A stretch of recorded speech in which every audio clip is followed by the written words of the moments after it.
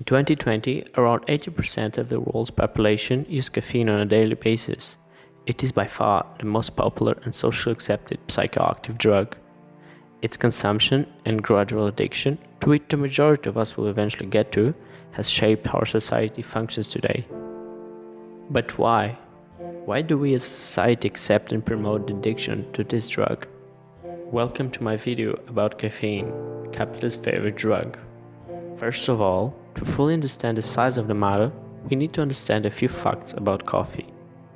Nowadays, we use around 27 million acres of land and around 125 millions of people to sustain our global addiction to coffee. And that might not sound a lot, but we must remember the fact that the plants from which we produce caffeine are very specific and require a very specific climate and land condition. Basically, we produce coffee wherever we can. At this point, you might be asking where the drug part comes in, and most importantly, what has it all to do with capitalism?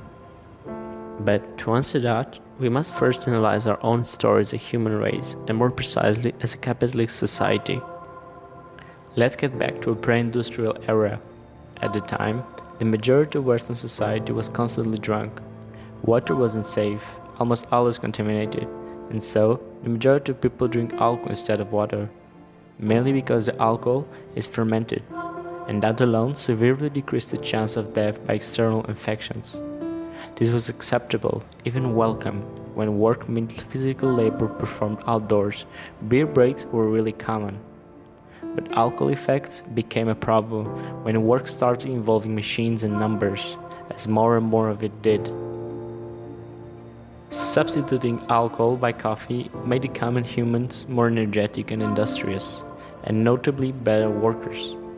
Studies have consistently shown us that a few coffee breaks during work may raise productivity by at least 40%. Coffee also freed us from the circadian rhythms of our body, helping to stem the natural tides of exhaustion so that we might work longer and later hours. Along with the advent of the artificial light, caffeine gave the capitalism the conquest of the night. From that point on, humans could fully work 24 hours a day. There is a very simple way to understand if a thing is favorable to capitalism or not. Just ask yourself the question, does that make people work? And in case of the coffee, it's a clearly and a strong yes. Besides that, there is a very strong sense of extreme exploration when talking about coffee production, although that could be applied to the majority of industry in a capitalistic world.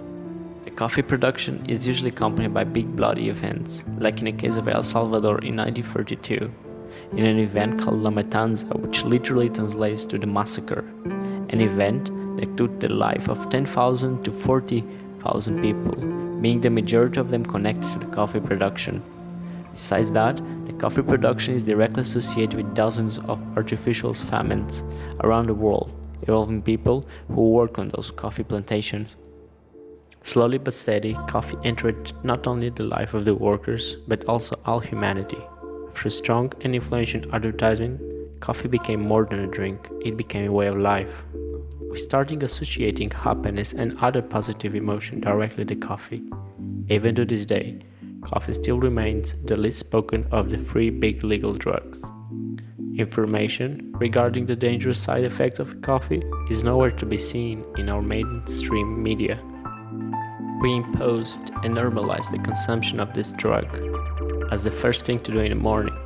The majority of us, including me, behave like total junkies before taking his dose of this psychoactive drug in the morning. In a very simplified way, we spend the majority of our days drugged with the best possible drug in a capitalist society, a drug that is harming us in a slow way, with a positive outcome to our productivity and a significant increase to our surplus value. Coffee keeps us awake, it keeps us alert, it lends our work habits a machine-like efficiency. Here are just a few well-known and well-documented side effects of caffeine. Insomnia, headaches, dizziness, rapid or abnormal heart rhythm, dehydration, anxiety, and for last, dependency. So you need to take more of it to get the same result.